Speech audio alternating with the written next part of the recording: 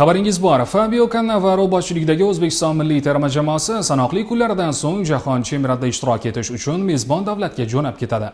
Ushbu muhim voqea munosabati bilan milliy aviakompaniyamiz termamizning ramziy timsoli oq bo'ri tasviri tushirilgan Dreamlinerning taqdimot marosimini o'tkazdi. 34 yillik orzu amalga oshdi. Mundial yo'llanmasini qo'lga kiritgan bosh jamoamizni okean ortiga kuzatish tadbirlari esa davom etmoqda. Shu munosabat bilan O'zbekiston milliy terma jamoasi jahon chempionatiga parvoz qiladigan samolyotning tantanali taqdimot marosimi o'tkazildi.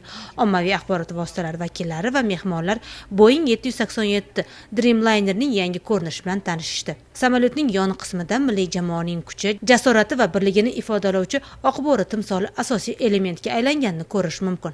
Sportchilarimizni ruhlantirish uchun, ularga g'ayrat, shijoat bag'ishlash uchun, millatning umidi, millatning ishonchi, millatning iftixori ekanligini anglatish uchun mazkur loyiha qilindi. Jahon chempionatiga atab milliy aviakompaniyamiz Go Uzbekistan bosh shiori ostida o'ziga xos servis mahsulotlari konsepsiyasini ishlab chiqilgani ma'lum qilindi. Unga ko'ra, kompaniyaning barcha samolyotlari maxsus brendlangan bosh qo'ygichlar bilan jihozlangani aytib o'tildi. Samolyotimiz aynan 270 ta yo'lovchini o'ziga sig'diradi.